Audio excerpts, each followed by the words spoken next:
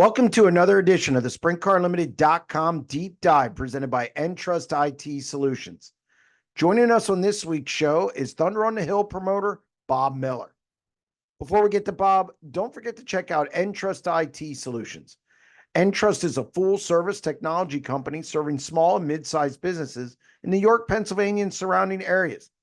The staff at EnTrust takes a personalized approach to technology. See why customers are choosing EnTrust IT Solutions as their technology partner by scheduling a free consultation at www.entrust-msp.com or by calling 717-292-8868. Now here's Bob. Bob, welcome to the Deep Dive. Hey, welcome. It's great to be here, and thank you, Jeremy, for the invite. No problem. Figured we'd get you in before I go to the Knoxville Nationals. I know you wish you were getting on a plane. I'd like to, but other commitments right now. Yeah, I know how that is. I'm going to miss the first night of the 360s, but I wanted to have you on because you're kind of a different promoter now because you only do it like 3-4 times a year. And I know people like to use the term suitcase. I don't know if that's offensive or not. I can't tell what's offensive anymore. But you are a successful promoter doing it a few times a year. So I wanted to have you on. And where I wanted to start was because I think you've looked the same ever since I've seen you. So you either age well or didn't age well when you were younger, but you look the same. So I don't even know how old you are. When did you get started?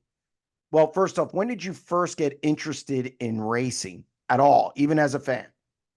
Well, I was born and raised in Reading, which was a great racing town, as you know. And, I know I went to the Reading Fairgrounds as young as the ages of 3 and 4 years old. I can't say I necessarily remember back that far. I can probably remember back to being 5 years old, just tying some of the names of the drivers together. But I lived racing from a little kid on up, whether it was playing with models or, my parents got me a set of racing flags. And you see many of the kids today who are in the grandstands waving all the flags. Well, I would do this in my backyard, at ages 5 or 6, 7, just had a ball playing with the flag, any type of racing board game. I just love racing. But one of the interesting things, Jeremy, is I think most people growing up in the sport sit in the grandstands and they say, someday I want to be a driver or I want to be a car owner. And for me, I can honestly say that never really came as a desire or a passion for me. I would be in the grandstands and I'd look over at the tower at Reading and I'd say, I want to be up there. I want to be up there running the race. That's what I always wanted to do. So again, attended racing for a long time, graduated from high school in 1973, which was Wilson, same school that guys like Kenny Brightbill and Donnie Kreitz graduated from. Donnie was behind me a couple of years. Kenny was a couple of years ahead of me. So I was sandwiched in between two pretty good, racing greats for sure. But I went to Lindy Vicari, who was a promoter at Reading, and said, can I work for you? I'll do anything. I'll work for free. I just want to be in. And I started just by writing some articles in the program book, and then slowly got worked into doing some different things. And where the one opportunity came up in, I believe it was 1974, is the one scorer at Reading was going off to college. So they needed a scorer replacement. I've never done it, but, Lindy and the whole Reading gang that was there said, well, we can train you. We'll teach you. And it was my first opportunity to go up into that tower and stand aside of Warren Ruffner, probably one of the greatest. I know people call him an announcer. I really call him an MC or an entertainer. I think he was far more than just a race announcer. Lindy was there, as well as his son Vince, and a name that may be familiar to a lot of people in Central PA, Tony Primisi, who worked many years at Williams Grove Speedway. Well, he was also a scorer. So Tony and I were scoring. He actually, did a lot to train me. So it was my opportunity to finally work in the tower. And did that for 3 or 4 years. And then the demise of Reading was approaching. during that time, I already started looking at how do I get to work at some other racetracks, and found an opportunity to go work at Bridgeport.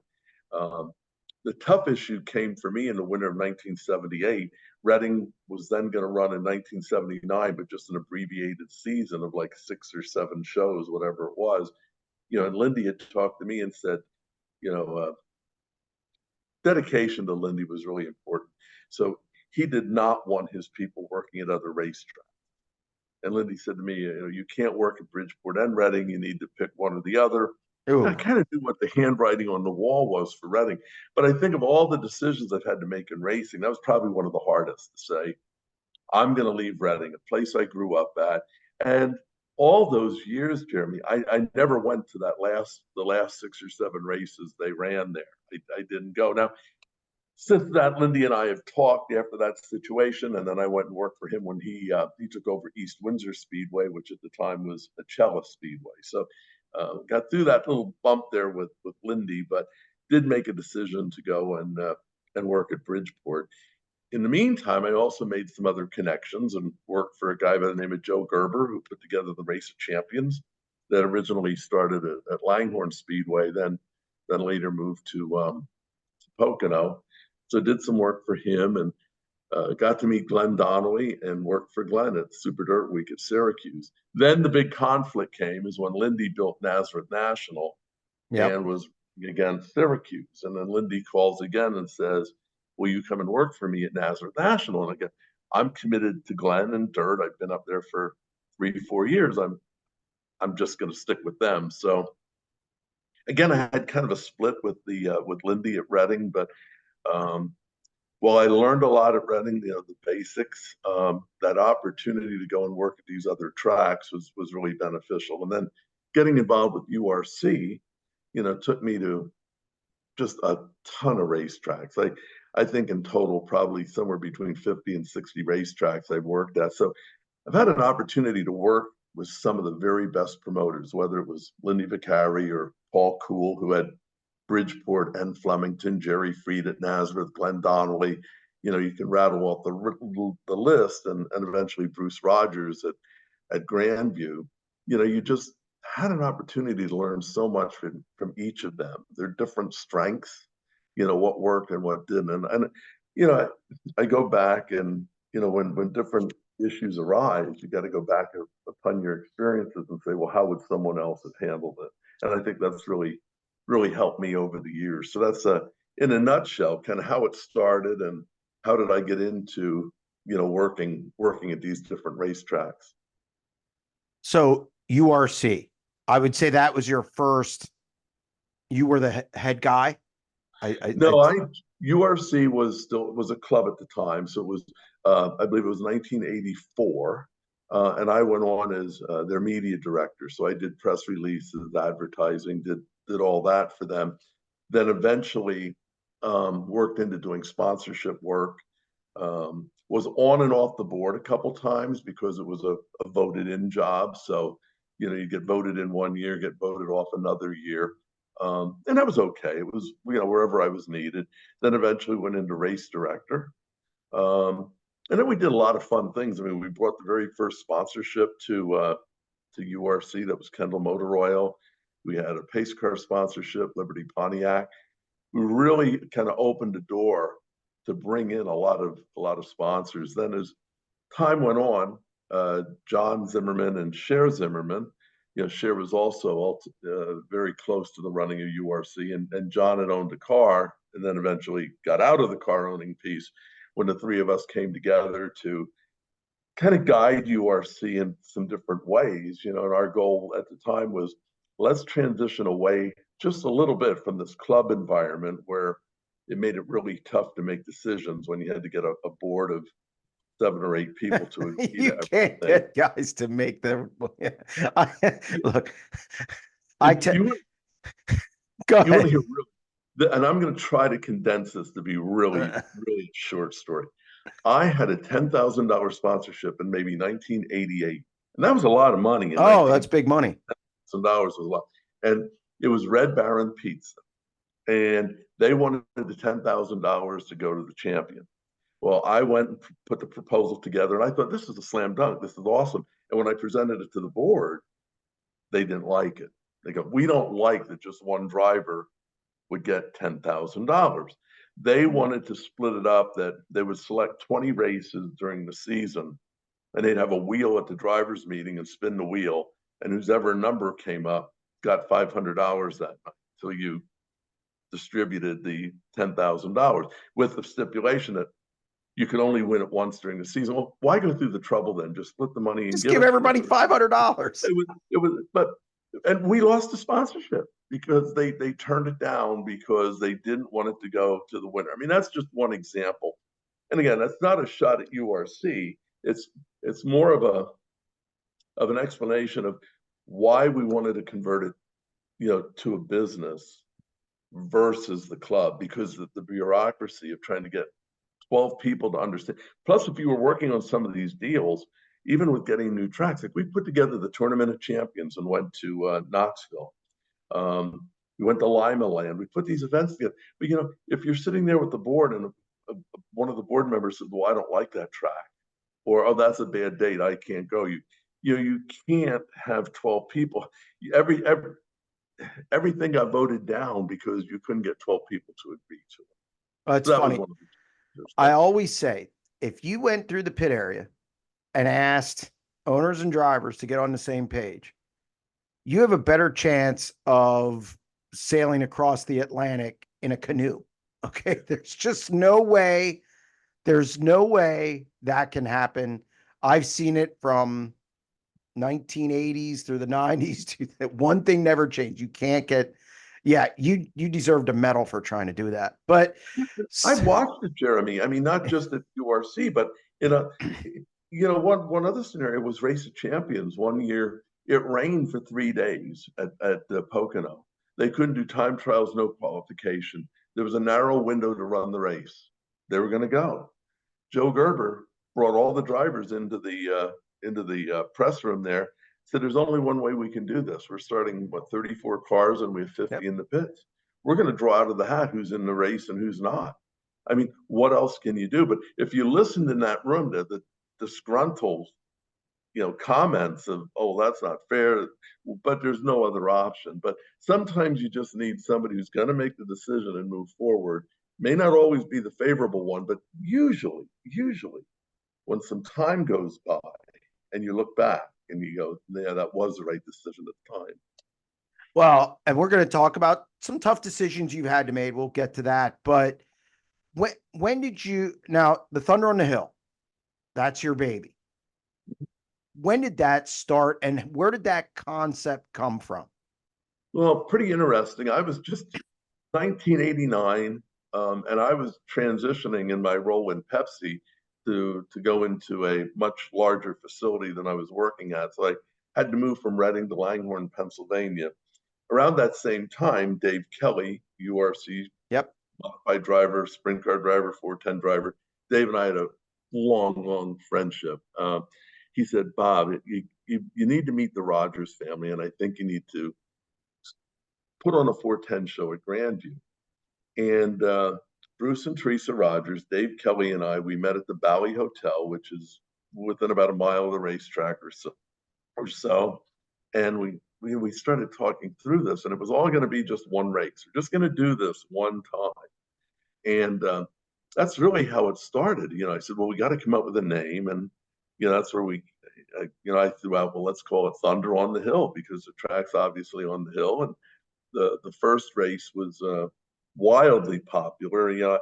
I'd never done a race where my money was involved before, so it's quite nerve-wracking, especially when you're going through a job change, you're buying a home, all these moving parts. And I'm standing there looking at it like, this place is full. I hope we can break even tonight, because you have no concept of what the crowd is. And it turned out to be really a very popular event. Stevie Smith won in the black band at 19. So, and then he came back and won the second one that we had a few weeks later in September. And that was really the start of it. But some of the trials of Thunder on the Hill was, how do you change it? How do you keep it fresh? It couldn't just stand as a 410 show. So we, did some events with the modifieds. I went out to Manzanita with Jack Hewitt and um, worked with those folks to bring SCRA in, non-wing SCRA.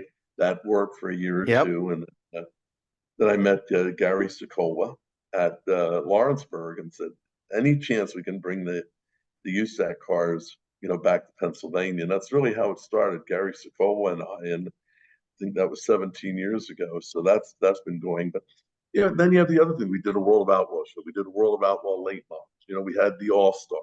We had High Limits. So and really the other gem of Thunder on the Hill is Speed Week. Again, when this all started, we were pretty new into it all, and Speed Week was just getting started, I believe, in '91, maybe Yep. '92. 91. Well, exactly. But and then we had the misfortune of having so many rainouts. It just seemed like every time we had a Speed Week show, we got rained out. But that's really been just a diamond of the series of Speed Week. It's just done really well. Did you ever imagine it'd still be going? I mean, you're looking at, No, I mean, no. you're like at 35 years. 85. No, in fact, there were friends of mine, and then they were some drivers and owners, but I'm not going to mention any names. It's immaterial, but they called it. They would say to me, Bob, this was maybe year 2 or 3. This is going pretty good, but this isn't going to last forever. And like anything else, I said, yeah, you're right. So as long as it lasts, we're going to do it. But I think one of the keys was identifying when things started to get a little stale or soft. And that's when you went after USAC. That's when you went after SCRA. That's when we did different events. Sometimes it's not always waiting for something to go stale. You really need to catch it before that happens.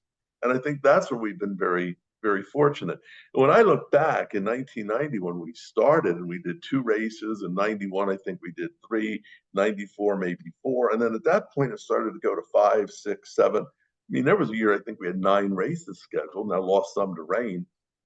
But through that whole period, especially during the 90s, there weren't a lot of tracks doing midweek racing.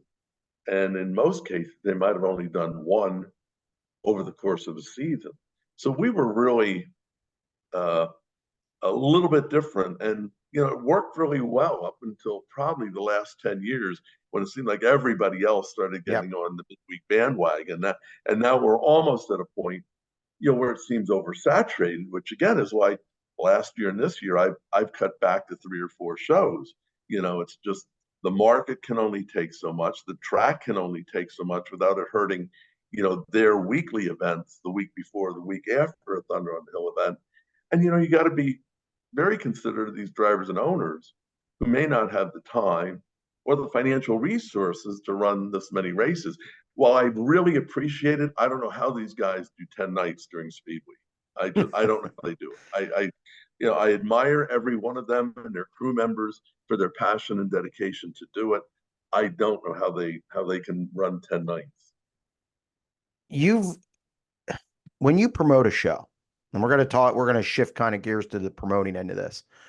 What is the most important thing? I mean, I'm sure you have a list all the way down. What is the most important thing to getting the Thunder on the Hill shows completed, everything good? What is the top thing you're concerned about? Well, the most important thing, to be honest with you, is the safety.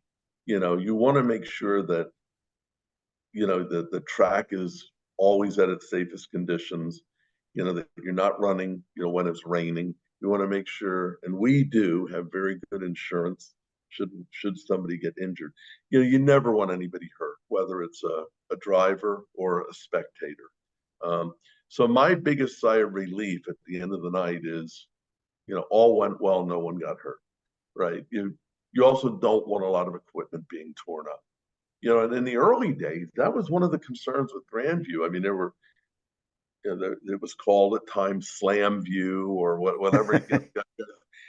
And that very first Thunder on the Hill show, I did a lot of legwork. I think we had 42, maybe 44 cars. I don't remember exactly, but did a lot of legwork walking those pits. And a lot of the feedback was Grandview's just too small. It's just too tight, and really worried me. But we did have a very good turnout. We went through a couple of years where we had some pretty scary crashes as well. And I think we've gotten to the point, knock on wood, that the guys understand the track, they respect Yep. it, and you can get some really good racing at Grandview. I mean, our Speed Week show, to go nonstop was pretty spectacular. Just and a great battle throughout the pack, but especially for the lead as well. So I think the safety piece is first. You also want to think about the spectators. Was the show entertaining for them? I will tell you, as soon as we get in the car and we're driving down the hill on our way home, the first thing I'll say to my wife is, "What could we have done better tonight? What wasn't right? Were we losing too many caution laps? Where was there a gap in the show?" Because I've been a fan. I don't like sitting on a hard, bleacher board, when there's unnecessary downtime. Um, so I think the efficiency of the show, how well it runs, the quality of the show, how do you put some glamour and glitz into it? And that was from the very outset that we have the fireworks display on the parade lap for every Thunder show. We brought about the live singing of the national anthem. I mean, back in the 90s, everybody was just fine with playing a tape or a record. And I think we've kind of changed that, where people now, racetracks now bring in different guests to do it. Sure. And again, you can include people who are in the sport to do the national anthem. That's even better. Trying to build the family. We are a big family. We may disagree. Things may not always go the way we want. We get angry at one another at times, but we are a family, a very forgiving family, something I think we talked about before. And you can get people to come together. So I think making sure people leave feeling that they had a pretty good time, and then thanking the countless people who pull all this stuff off behind the scenes, the safety crew, the flagmen, the corner people. I mean, they have a tough job, and when things go wrong, they hear about it. But I'll always try to get on the radio at the very end of the night, just thank everybody for doing a good job. I mean, that's just so important. And then the drivers, it's nice to. I like to have fun at the drivers meeting. So when we open up, we'll kid a little bit at the drivers meeting. But I really appreciate these guys and the fact that they'll take time to call me and give me feedback, which is important. It's nice to get the good stuff, but sometimes you need to hear what isn't working. It's funny. I got a lot of feedback at times, from Greg Hodnett, and Yep. just the highest respect for Greg. And it was the way he would share information with you. But the point I just wanted to share is, one point I accidentally dialed his number, and I guess he missed a call, but I didn't even know I called him. And sometime later that day, I got a call back from Greg. He said, "What's up, Bob?" And I go, I didn't even realize I dialed him in error, but he and Sherry were in Portugal on vacation. Oh, But okay. Yeah, I remember that. he called me, because he saw I reached out to him. But those are the kind of things that really go a long way. So that's kind of the yardstick I use to measure, what went well, what didn't, what could we do better. You always got to look at what can you do better. The Thunder on the Hill is one of the most successful series I've ever seen. And I've been around since 77 because I'm old. So, but it's been wildly successful. I think 2 years ago when you had a high limit race, they were falling out of the stands. I mean, there were just people everywhere. You had a good crowd for Speed Week. I know a lot of guys, I hear it every year. The racing at Grandview, the racing at Grandview, the race at Grandview, it's one of the best of the week. So I think you've done a good job definitely building that event. You've been around a lot of guys through your upbringing. Who's been the most influential promoter on you? It's kind of a tough question, Jeremy, because I think different people have helped me at different points of my racing career through my evolution in the sport. Lindy was extremely key in kind of getting my head on straight. There were times a year into working for Lindy, I'm in the tower telling him what I disagreed with. And, It was funny how he handled giving me feedback. One thing he had said to me, he said, and he always called me Bobby Miller. It was never Bob or Bobby. It was Bobby Miller. And Bobby Miller, I'm going to tell you one thing: the day Bobby Miller pays the bills, that's the day Bobby Miller makes the decisions. And I argued with him that day, and I disagreed. And later, after Thunder on the Hill started, and I had some of those experiences that he was referencing, he and I were together at the Reading Car Show, and we were just huddled off in a corner talking. And I said, Lindy, I need to tell you something. You were exactly right. Whoever's paying the bills ultimately needs to make the decisions, because you're the one who has to live with whatever those consequences are. And he would kid me that he gave me a college degree in racing for free. So, I mean, I learned a lot from Lindy, but all these different promoters, there were just strengths that they all had. And one person who I can't say necessarily worked directly with, but I admire so much is Alan Kreitzer. Yep. Uh, you know, Alan can stay so calm under some very critical situations, and he'll always, at the end of the day, make the right decision, whether it's for the event, the spectators, the drivers, the owners, and he can do it in a very calm style and approach. So I'd have to say right now, I look to Alan a lot, but again, so much I've learned with Glenn Donnelly. And of course, Bruce Rogers. And again, Bruce was very calm.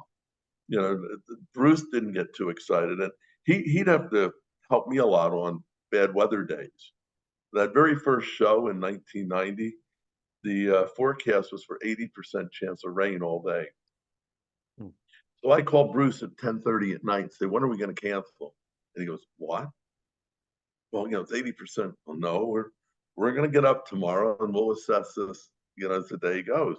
And again, 8 o'clock, Bruce, when do you think we should cancel this? And no, Bob, it's not raining here now. Yeah, but it's going to. Well, it turned out to be an absolutely beautiful day. By 1 o'clock, the sun was out, the rain had moved through, and we ran the event that was extremely successful. But that's one of those things where Bruce helped you through that. And Glenn Donnelly, the one thing that he shared with me, and I think about this a lot, he said, "Bobby, if there's only one word to remember as you're working in racing, remember this one." He said, "Patience." He said, "When things happen, you got to give it a little time to let it work out.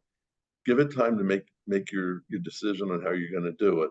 Don't make rash decisions." And that was so true that day with the rain as well. I know and there was a Thunder on the Hill event once, and I was a kid, and my dad and I were coming down. It rained everywhere. It rained in Lebanon, where we're from. It rained in Harrisburg. It rained everywhere except that little pocket around Grandview. And I'll never forget, we drove down in the rain, and we were coming down 100, and it's raining, and I'm calling the track. And as soon as I took, Passmore up there, it stopped. It was ugly out, but I'll never forget. It was the weirdest thing I've ever seen in racing. But sometimes I think you make a deal with the devil on the rain. But I don't envy any promoter with that, especially nowadays. But we'll get to that in a minute. What is the most proud moment in your promoting career?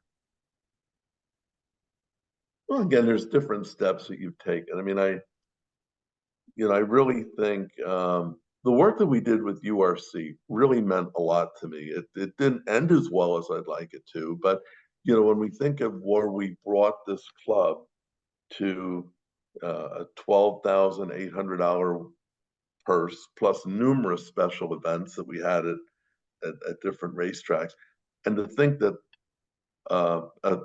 generally a second division class. URC went on at most tracks as a second division, not meant to be in a negative way. It's just the way it was. But for this division to have a $60,000 point fund, 15 years ago, a lot of work was done, by my partners as well as me. It wasn't just me. It was a great collaborative effort to do that, to get those sponsors. And I don't know, Jeremy, if you were ever at any of our banquets with URC, but I mean, they were pretty awesome as far as we did it at the Lancaster House, Mhm. You know, we had the big screen TV, and when our top five came up, you know, there was a 2 minute video in each one of them. I mean, we really did a lot. I mean, so I felt good about that. And I think we took it as far as it could go, but I think with URC, it's just that the drivers and owners wanted their club back. I think that's really what it, they didn't, they didn't care as much about the higher purses, the big events, or the point fund as much as perhaps they wanted control of it. And at that point, you know, there's nothing to fight or argue over. So we pretty graciously, I feel, my partners and I just said, okay, it's yours. It's, you know, right here it is. You can have it right back. And we all can go off and do other things, which, you know, which we did. So I think the work with URC, but again, I think bringing USAC in was a big moment, And I want to you know. stop you there for a second because you were instrumental in this whole Eastern Storm thing and bringing USAC to this area, not just for Thunder on the Hill, but for the whole region. Yeah, well, yeah, I mean, you couldn't bring them in for one show. And, you know, we learned that when we brought SCRA in. I worked with Frank Lewis, who ran SCRA at the time, and Jack Hewitt was awesome. You know, I flew out to Phoenix. Jack Hewitt and Frank Lewis picked me up at the airport. We went to Manzanita, and one of the things we did was we got about 16 of the drivers who were committed to coming east together. Frank, Jack, and I got in a picture with them and said, "We're coming east." And I really think that helped, you know, solidify with people how many cars are really going to come. So that worked good for a couple of years. And SCRA was going through some challenges as well. And I happened to be, you know, working in Indiana and was that close to Lawrenceburg. So I went down to the track, and that's where I first met Gary Sokola, and that's how we started this thing. And you know, it was a rough start at times, and you know, we actually went out and we didn't do just Grandview, but we did Lincoln, we did New Egypt. So I got involved just trying to make this whole thing work. You know, right now it's pretty stable, and you know, we've got a good mix of tracks in, and you know, it seems to be going really well. But I think that was fun. It was definitely fun bringing USAC in, and also we brought the Super Dirt Car Series to Grandview. The first time that a non-sanctioned dirt or non-sanctioned racetrack with dirt, you know, had a dirt car race, which was you know, a nice achievement to have. And then obviously we did the Outlaws, you know, we did the Outlaw late models, and then you know, I think bringing high limits in that I'd have to say was pretty rewarding as well. That you know, last year when just 12 tracks were selected, and you know, the fact that we were one of them, that was kind of a really nice thing to have happen. Plus, they came back, which means Yeah. they were happy as well, which goes back to your point about everybody being happy. And I know where this one's going. What was your worst moment in promoting? Well, yeah, there's some that either personal. I think one of my worst moments was you know, Kramer Williamson and losing him at Lincoln. Obviously. You know, but again, while it was a bad situation, you know, unfortunately, I've gone through at Reading fatalities and watching how the promoters handled it and what to do. And you know, I rarely go to the scene of the accident, but I knew that one was pretty severe. And you know, being very close with the Williamson family, I went down and just tried to help get Sharon to the hospital, get the car loaded up, get, you know, and then, you know, saying to Alan, well, you know, we can continue and run this race, and we finished it off. But, you know, dealing with a fatality is pretty rough. I think for me personally, you know, the one I really struggled with was the rain out USAC show at Lincoln, you know, and yeah, I don't know how I could have avoided that other than we probably just should have canceled at 12 o'clock, you know, and taken the beating for canceling early. But we were so close that night. If I don't know if you recall or if you were there, the feature was on the track coming through three and Yes. four. We were ready to go when the rain hit. And it was really quite a difficult situation to be in because of, you know, USAC's position was a complete show, but they still owe the fans a race, and you've got the fans saying I didn't see a race, then trying to convince them, well, you're going to see it next year, That didn't fly real well. So that was probably one of my personal difficult moments. But you learn a lot through that too. You took a lot of beatings, and you got to just get out there and kind of state your case and say, hey, here's a scenario. If there's another option that we could have went with, tell me what it is. But it's even that way today when you have to cancel a show. People get angry. Why did you cancel? It's not going to rain.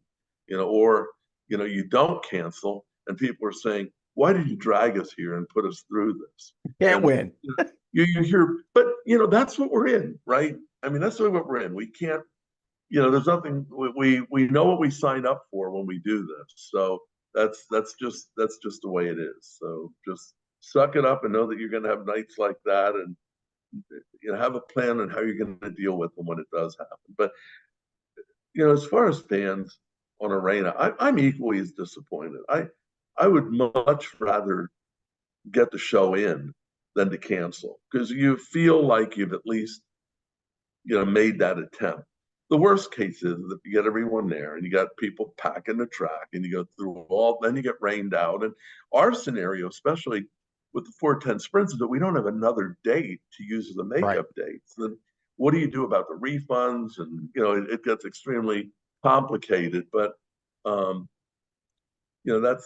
I'd much rather try to get the show in, but sometimes that doesn't always work out either.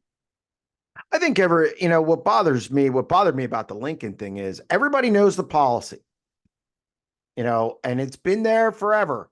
Nobody wants to use it. Obviously, you don't want to be the fan who has to. I mean, look, I went to East Windsor once, and I'm sure you're familiar with East Windsor. Yeah. And I wasn't. Like my dad and I are sitting in the stands and the feature's going on, and all of a sudden the checker drops. And I said, well, Dad, it's like lap 18. What's going on here? Well, it's curfew, and it's a hard curfew. Like everything stops. And and we're sitting there as sprint car and fans in Silver Springs, what we're used to.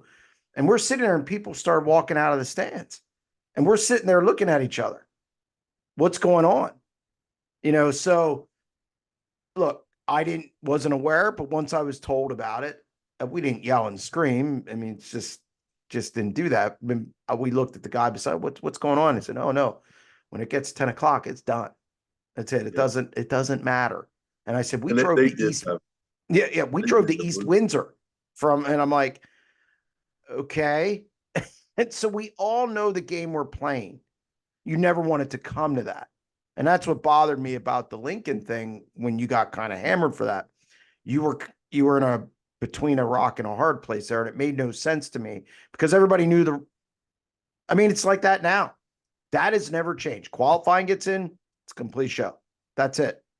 The track doesn't have to reschedule it. It's nice if they do, but they're going to hammer you for $5 on the back end of it.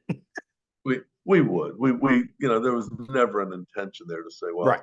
We don't need to give the fans back the money. And oh, by the way, we don't need to pay USAC. We paid USAC that purse that night. Correct. My bigger concern, and I trust USAC, again, kind of early for me at the time, but I gave USAC that money knowing that, it needs to be there, next year when they come back. And it was. I mean, we've been through that scenario with URC numerous times too, where we got rained out. The difference is we could put that makeup show on our next return visit. Right. If it were Delaware International, we ran there 7-8 times a season, so it was easy to put that makeup feature on. But when you're bringing guys in, from across the country, they're not going to come back for that one show. If you, it's the same way with high limits. I mean, you're going to make the commitment to go. You better go, or we're all going to be scratching our head trying to figure out how do you make this up. And I talked to Brad and Kyle about that. Last year we got rained out on the original night and had to come back the next night, and we lost some cars because they were heading elsewhere, I think, to an all-star show.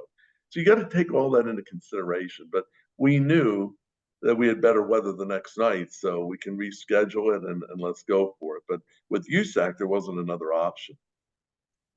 What, as a promoter now, what are the biggest challenges in today's promoting? that maybe weren't there in the past? I think as as I evolved in the sport and watched it, there were always different challenges along the way. I think the biggest challenge we have right now is something called our cell phones and the Yeah. the instant weather forecasts, that we didn't have years ago. Because what we're looking at the track is the same thing the spectators are looking at when they're trying to make their decision whether to come to the races or not. So, you're dealing with that. Same way for us with the 410 guys, them driving 2.5 to 3 hours to come to Grandview, you know, numerous times, whether it was Zemco or Greg Hodnett or Danny Dietrich, you're like, guys, just sit tight. Wherever you are, sit tight. We'll have to make a decision here. And in respect to them, if you're going to go, you better go. Don't have them drive the rest of the Right. way there, then cancel, or save them the time and turn them around. But this weather now is that, and then they could still be wrong. You could be looking at your phone and go, well, we're not going to run, and then 15 minutes later it all changes. So I think dealing with the weather and the availability of weather knowledge is number one. I think the second thing is just right now that we have so many midweek shows, and that's a challenge. I think the third one is the streaming piece. But while I'm not against streaming, there's different approaches as to how you do it, and I honestly prefer the way Sprint Car Unlimited handles it. I like that best. I'm not saying it just because you and I are talking here, but I do like that model best of all. Well, I And if appreciate that. Well, and Mike Mallet, my partner in this, and Dirt Track Digest TV, we've been around a long time.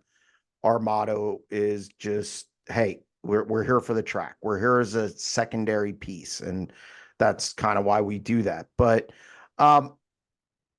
when you work at Pepsi for a year, how long have you been at Pepsi, or are you I retired after 50 years. Yeah. okay? I never worked anywhere else other than in racing. And racing's always been part-time. Yeah. How did your day job, help you as a promoter? Oh, it's interesting too.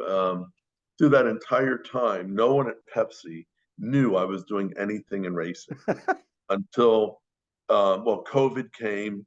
We were at that point where I was looking to retire, and I don't even know what brought it up. I said, "Hey guys, I just want you to know I do something else other than this." And when I explained it to them, they were really quite surprised. I've been around a long time, so I knew a lot of the senior leadership in Pepsi, and they're like, "You did it? How did you do that?" And I never wanted a conflict. I never wanted to think, I'd be on Pepsi conference calls in the pit office at Grandview, while the cars are on the track, or trying to decide are we going to run with the weather or what. And I'm on a darn Pepsi conference call at 7 o'clock at night. So, but I think how it helped me, again, remain calm when there's difficult decisions, because my job with Pepsi was quality and food safety. So when there was an issue, they could have been, pretty severe. So but I think the balance of it is, well, I think Pepsi was a stressful job, and so was racing, but my stress levels were different. So the same pressure points that I had at Pepsi were not the same pressure points I had in racing. So that it kind of complemented. I could go from one to another, and while there was still some pressure there, it was just handled in a different way. So I think sometimes it both complemented each other. But it's pretty funny when I told Pepsi, and this was just maybe in my last 2 years. Oh, I'm doing something else here, just so you know. But it's pretty impressive that I was able to keep it off the radar screen. It was a surprise to them nonetheless. I think it's funny you said you had pressure points in both. You must like pressure. It's just I don't know. I don't know if I like it. I don't know if I like it. I don't like it, but you have to learn how you deal with it. And it's like when the driver comes up screaming at you, you can either start yelling back and getting in their face, or you go, you just, I'm going to just let them blow all their steam off, because that's really what they need to do first. And you go, are you finished now? Everything okay? And I got to tell you, when it comes to 410 guys, Jeremy, I don't have many of those scenarios. Now, those scenarios were probably a little bit more prevalent with me with URC and on occasion with the modified guys. But the 410 guys, they come in, they run into one another, they're going to handle it on their own. Yep. They're not running to the pit office to say, what are you going to do to him? You just don't make those calls, or if you do, it's very rarely that you make them in 410 sprint car racing. You leave these guys work it out themselves. I've always said the higher you go on the dirt track food chain, the less problems you have. I know I see it with tracks around here and really throughout the country. But you mentioned Greg Hodnett earlier, and every promoter who I talked to in central Pennsylvania over the years say he wasn't just a great race car driver, Hall of Famer. We know all that. It's the way he was an ambassador for the sport, that you could call him and he wouldn't give you the answer that's best for him. He'd give you the answer that's best for the sport. Your interactions with Greg, or is that kind of what you had from him as well? And how important was he for the central Pennsylvania and sprint car ecosystem? Well, I think he was great for Central PA sprint car racing. And I think, as you listen to other people, even, Logan Schuhart made some comments after winning the Speed Week show, and he got to hold one of Greg's trophies, and Sherry Hodnett was there in Victory Lane. But when you listen to him talk about Greg, and he was somebody who grew up in it, it was the inspiration, the sportsmanship, which was really key. And I think that really resonates with a lot of people in Central PA. I do think you've got a lot of good sportsmanship in Central PA. Again, I only deal with the guys 2 or 3 times a year, and I'm sure it's different if you're dealing with them every night. Yeah. But I find them to be just terrific. But Greg, Greg would call me like the day after a race and go, "Why did you run last night? The weather was." I can, I looked up at the grandstands. You could count the number of people. I said, "We ran because I brought you down there. Not going to, you can't wait until you see how many people are in the grandstand and decide if you're going to run. When you go, you're going to run, and it is what it is." But that caring that he had, and he's not the only one, but Greg probably did it, more times than anybody else. But you'd be surprised. A lot of guys have reached out and said, "Hey, what about this? What about that?" Offering suggestions, and that's terrific. I mean, the Ramers do it with me. Danny Dietrich, Danny and I have a great relationship. He'll call and say, "What about this? What about that? Here's an idea." It's great. That's how we can get better. But it was just something. Yeah, and Greg's interviews. He would all do his interviews, thanking the fans, thanking the track.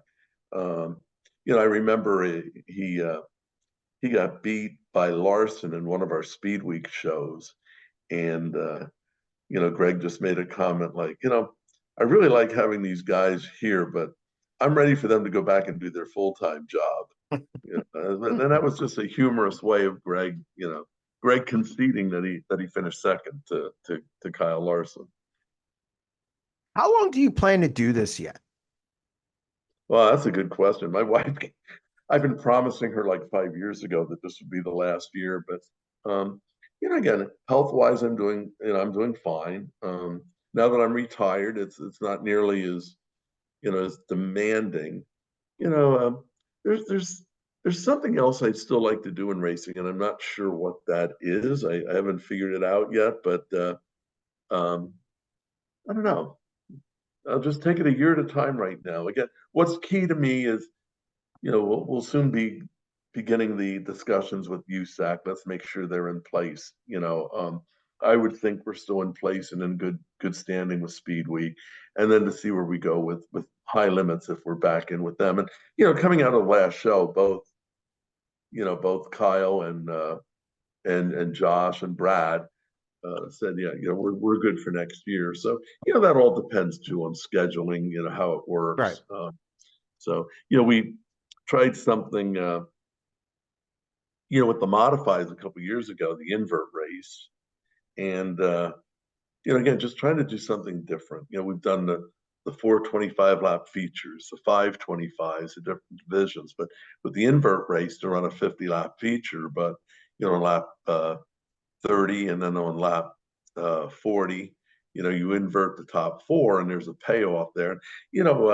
I see where another track tried doing it this year, and they kind of got eaten alive by the modified guys. They didn't like it, but our guys seemed to be fine with it. There was some apprehension initially, and now because of that high limit race, we couldn't have that on Memorial Day weekend, and we had drivers asking, well, when are you going to run the invert race? I said, well, I don't think we're going to do it anymore this year, but we'll probably get that back in the schedule next year. But trying to do something different. We need to figure out what can we do to bring more fans. And just, we're going to run 5 laps more and pay 2,000 more to win. That's not the answer. No. Somewhere, somehow, we've got to make racing a little bit more exciting, and you got to do it in a way that you're not drastically handicapping the drivers, right? Because you need them there. But we need to build new fans too. If you stand at the front gate at a lot of these racetracks, you'll see we have an older and older clientele. Somehow we need to bring some of the young kids back into it and get into it the way we did as kids. I mean, I just think there's so much other stuff for kids to do today that while they may like racing, they're not going to commit to it like we did, where we did it 3 nights a week and 4 if there was an opportunity. And I think from the saturation standpoint, we're not going to do it 100 times a year. No. It's just, and it seems like you never wanted to get into that thing where you were promoting every week. Well, I promoted Bridgeport for 2 years, solely on a weekly basis. And, again, it just has its challenges. I mean, I had really a strong connection with Bridgeport because it was really early in my career when I spent the time there. But again, far different. People who run these racetracks on a weekly basis, I have so much respect for them. To be honest with you, what I do compared to what they do is simple. I mean, you want to come in and run 3, big name events during the season, you should have a pretty good shot at having some good crowds. But the people who have to do this week in and week out, and how do you make every Saturday night more successful than the prior Saturday night? You go to somebody's track schedule and they go regular show, regular show, regular show, special. Where's that fan? What night is he going to choose? Probably the night that says special. So there's little things you need to do to promote your weekly events. A friend of mine told me once, every show needs to be special to the fans. You just can't have a special event. It's like going to Disney World. You can't, nobody wants to go to Disney World on the day Mickey and Minnie are having a bad day, right? Every day needs to be just right.